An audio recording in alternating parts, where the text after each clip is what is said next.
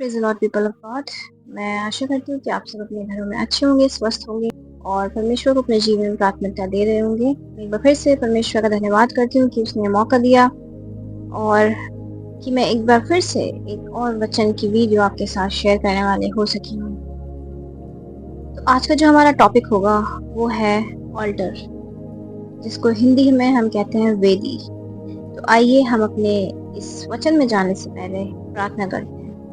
धन्यवाद धन्यवाद धन्यवाद करते हैं महान समर्थी जीते हैं आप तक मिश्रा, आपका धन्यवाद करते हैं प्रभु जी, सारे आशीष शुक्रिया बरकतों के लिए जो आपने हमें दी प्रभु। एक बार फिर से अपना मौका दिया प्रभु कि हम एक साथ मिल के प्रभु आपके वचन को सुन सके और आपसे बात करने वाले हो सके। पिता परमेश्वर, इस वचन के द्वारा प्रभु जी जितने लोग इस वीडियो को देखें प्रभु, आप उनसे बात करिएगा प्रभु जी। सारा आदर जलाल हमारे जीवनों से आपको मिले। पिता परमेश्वर, इस प्रार्थना को आपके लौते पुत्र हमारे खुदा यीशु मसीह के नाम से मांगते हैं, आमीन। ओके, तो हम आज का अपना ये टॉपिक स्टार्ट करते हैं। सबसे पहले तो हमें ये समझना है कि ऑल्टर क्या है या फिर वेदी क्या है। पुराने नियम में हमने बहुत जगह बाइबल में पढ़ा है कि ऑल्टर्स पे या फिर वेदियों पे ऑफरिंग्स या फिर सेक्रीफाइसेस किए जाते थे, ऑफरिंग्स दी जाती थी ताकि परमेश्वर जो तब के लोग थे उनके पापों को क्षमा कर दें और उन्हें फॉरगिव कर दें, उनको माफ कर दें, ताकि वो एक क्षमा याचना परमेश्वर से ले सकें और अपने जीवन में और आगे बढ़ सकें। तो सबसे पहले ऑल्टर क्या है? What is altar? वेदी क्या है? Altar is a place of sacrifice, encounter with God and prayer and worship and covenant. तो यहाँ पे हम ऑल्टर के तीन मतलब देखते हैं। सबसे पहला, altar is a place of sacrifice, मतलब ऑल्टर एक वेदी, एक ऐसी जगह है जहाँ पे सेक्रीफाइसेस किए जाते थे। Second is encounter with God, वेदी एक ऐसी जगह या फिर ऑल्टर एक ऐसी जगह है जहाँ पे हमारा परमेश्वर के साथ मुलाकात होती है, एनकाउंटर होता है। देन थर्ड इज, वेदी क्या चीज़ है? वेदी एक ऐसी जगह है जहाँ पे हम प्रेयर में, वर्शिप में और कवनेंट बांधते हैं, हम प्रार्थना करते हैं, हम उसकी आराधना करते हैं और परमेश्वर से हम वाचाएं बांधते हैं। तो ये एक शॉर्ट मीनिंग है कि ऑल्टर क्या होता है या फिर वेदी क्या होती है। तो आइए अब हम इसके बारे में जानते हैं कि परमेश्वर के वचन में ये वेदी कहाँ कहाँ दे रखी है और क्या कैसे कैसे दे रखी है। तो सबसे पहले हम देखते हैं अब्राहम्स ओबीडियंस। हम देखते हैं अब्राहम की आज्ञाकारिता, या अब्राहम ने जब परमेश्वर के वचन को माना था तो उसके साथ क्या हुआ था। इसके लिए हम देखते हैं जेनेसिस 22 1 से 13, देन जेनेसिस 22 15 to 18। तो सबसे पहले हम देखेंगे जेनेसिस 22 उसका 1 से 13। Some time later God tested Abraham. He said to him, Abraham, here I am, he replied. Then God said, take your son, your only son, whom you love, Isaac, and go to the region of Moriah. Sacrifice him there as a burnt offering on a mountain I will show you. Early the next morning, Abraham got up and loaded his donkey. He took with him two of his servants and his son Isaac. When he had cut enough wood for the burnt offering, he set out for the place God had told him about. On the third day, Abraham looked up and saw the place in the distance. He said to his servant, stay here with the donkey while I and the boy go over there. We will worship and then we will come back to you. Abraham took the wood for the burnt offering and placed it on his son Isaac, and he himself carried the fire and the knife. As the two of them went on together, Isaac spoke up and said to his father Abraham, Father. Yes, my son, Abraham replied. The fire and wood are here, Isaac said, but where is the lamb for the burnt offering? Abraham answered, God himself will provide the lamb for the burnt offering, my son. And the two of them went on together. When they reached the place God had told him about, Abraham built an altar there and arranged the wood. On it he bound his son Isaac and laid him on the altar on top of the wood. Then he reached out his hand and took the knife to slay his son. But the angel of the Lord called out to him from heaven, Abraham, Abraham. Here I am, he replied. Do not lay a hand on the boy, he said. Do not do anything to him. Now I know that you fear God, because you have not withheld from me your son, your only son. Abraham looked up, and there in a thicket he saw a ram caught by its horns. He went over and took the ram and sacrificed it as a burnt offering instead of his son. आमीन। इसका हम हिंदी में देखते हैं। उत्पत्ति 22 उसका 1 से 13। इन घटनाओं के पश्चात परमेश्वर ने अब्राहम की परीक्षा ली। उसने उन्हें पुकारा, अब्राहम, उन्होंने उत्तर दिया, क्या आज्ञा है? परमेश्वर ने कहा, तू अपने इकलौते पुत्र इसहाक को प्यार करता है, तो उसको लेकर मोरिया देश जा। वहां उस पहाड़ पर जिसे मैं तुझे बताऊंगा, तू अपने पुत्र को अग्नि बलि में चढ़ाना। अब्राहम सवेरे उठे, उन्होंने अपने गधे पर जीन कसी, अपने साथ दो सेवक एवं अपने पुत्र इसहाक को लिया, अग्नि बलि के लिए लकड़ी काटी और उस स्थान की ओर चले जिसकी चर्चा परमेश्वर ने उनसे की थी। अब्राहम ने तीसरे दिन आंखें ऊपर उठाकर उस स्थान को दूर से देखा। उन्होंने अपने सेवकों से कहा, तुम यहीं गदी के पास ठहरो, मैं और इसहाक आगे जाकर आराधना करेंगे, फिर तुम्हारे पास लौट आएंगे। अब्राहम ने अग्नि बलि की लकड़ी अपने पुत्र इसहाक पर लाद दी और अपने हाथ में अग्नि और छुरा लिया। वे दोनों एक साथ चले। इसहाक अपने पिता अब्राहम से बोला, पिताजी। उन्होंने कहा, हाँ मेरे पुत्र, क्या बात है? इसहाक ने पूछा, आग और लकड़ियां तो हैं, परंतु अग्नि बलि का मेमना कहाँ है?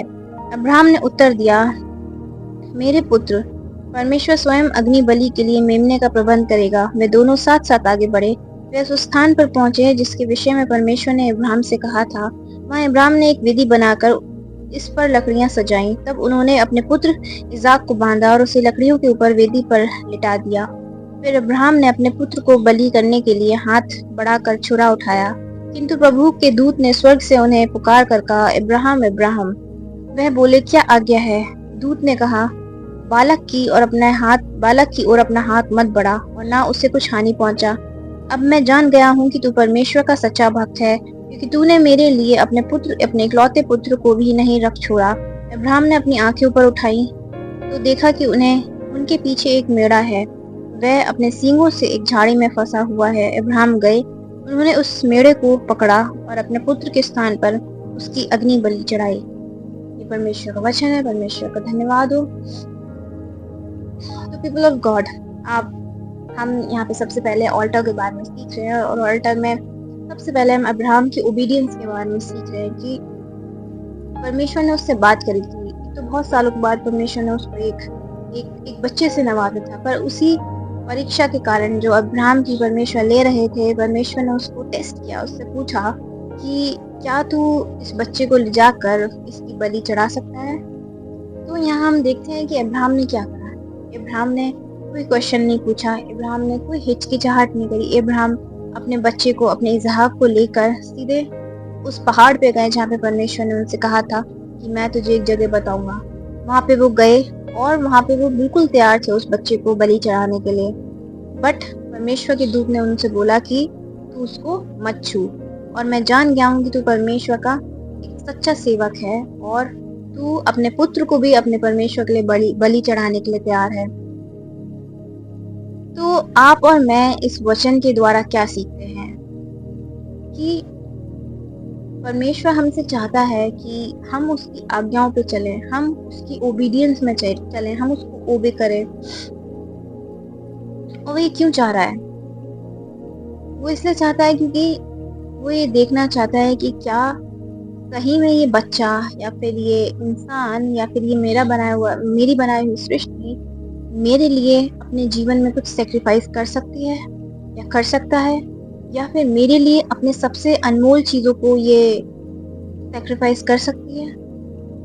जैसे कि हमने अब्राहम के जीवन में देखा, उसको बहुत साल से संतान का सुख नहीं था, बट परमेश्वर ने उसको एक बेटा दिया, इसहाक दिया। फिर भी परमेश्वर ने उसको ये टेस्ट करने के लिए उसको बोला कि क्या तू अपने बेटे की बलि चढ़ा सकता है, और उसने कोई क्वेश्चन नहीं पूछा। वो सिर्फ और सिर्फ उसको उस पहाड़ पे लेके गया जहाँ पे परमेश्वर ने बोला था कि उसकी बलि चाहिए, क्योंकि उसको भरोसा था कि जिस परमेश्वर ने उसको ये बेटा दिया है, उस परमेश्वर को धन्यवाद हो, चाहे वो कोई भी सर्कमस्टांसेस क्यों ना, चाहे वो हमसे या फिर उससे अपने बेटे की बलि क्यों ना मांगो, पर वो बेटा भी उसी की ओर से दिया गया है।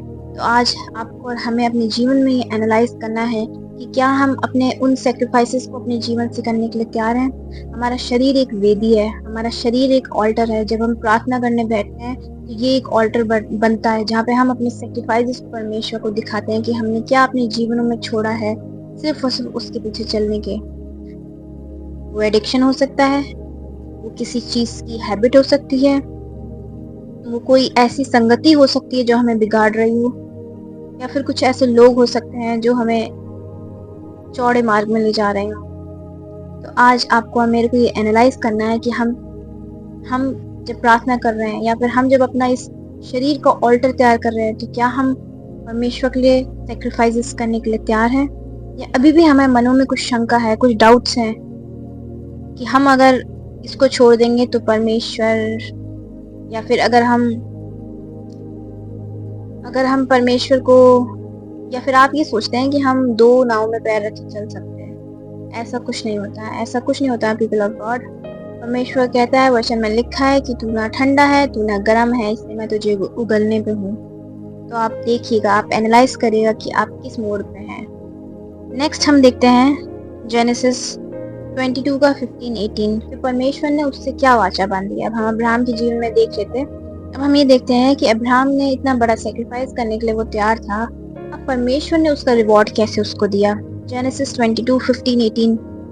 The angel of the Lord called to Abraham from heaven a second time and said, I swear by myself, declares the Lord, that because you have done this and have not withheld your son, your only son, I will surely bless you and make your descendants as numerous as the stars in the sky and as the sands on the seashore.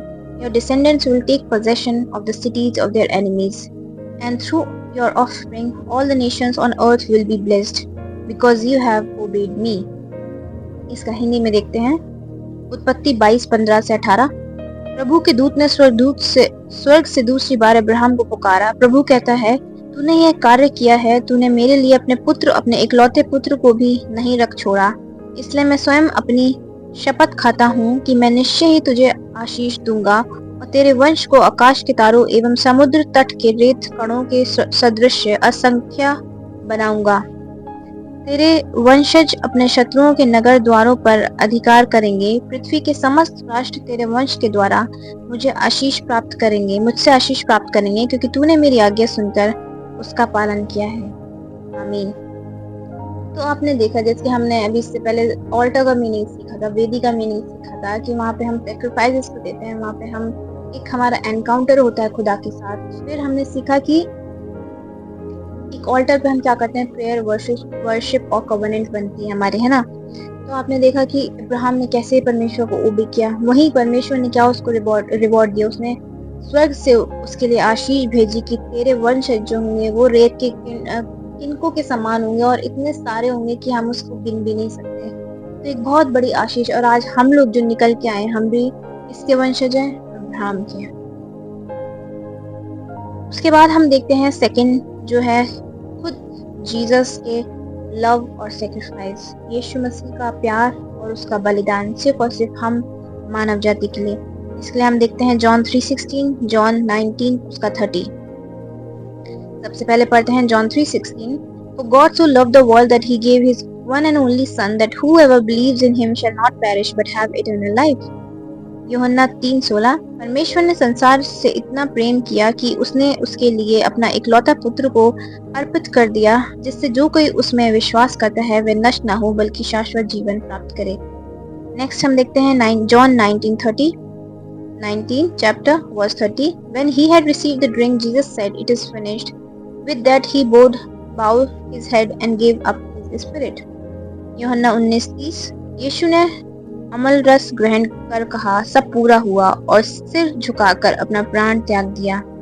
ये हमारे जीवनों के लिए एक बहुत बड़ा, एक हम इस ऑल्टर से सीख सकते हैं कि परमेश्वर यीशु मसीह ने इस दुनिया में आए। सबसे पहले उनके पिता ने अपने इकलौते पुत्र को इस दुनिया में भेजा, एक ऑल्टर बना के, ताकि उस ऑल्टर पे हम मानव जाति के लिए वो सेक्रीफाइस कर पाए। और एट द एंड जब उनका ये कार्य पूरा हो गया, अपने उस ऑल्टर पे उन्होंने अपने प्राण को त्याग दिया, अपनी स्पिरिट को परमेश्वर के हाथ में सौंप दिया कि हाँ, ये पूरा हो गया। और आपने जैसे कि देखा कि ऑल्टर का मतलब क्या होता है। ऑल्टर का मतलब होता है सेक्रीफाइस हो रहा है उस ऑल्टर पे, ताकि लोगों के पाप क्षमा हो सके। वैसे ही प्रभु परमेश्वर ने अपने अपने आप को एक ऑल्टर बना के अपने आप को सेक्रीफाइस कर दिया कि हम और आप बचाए जा सके। तो मैं आशा करती हूँ कि आपको अब्राहम्स ओबीडियंस, अब्राहम की आज्ञाकारिता और परमेश्वर का प्यार और सेक्रीफाइस समझ में आया होगा। मैं आपसे कुछ बताऊंगी कि how do you know that your altar is broken. अब आप कैसे पता लगा सकते हैं कि आपका जो ऑल्टर है या आपकी जो वेदी है वो टूट गई है।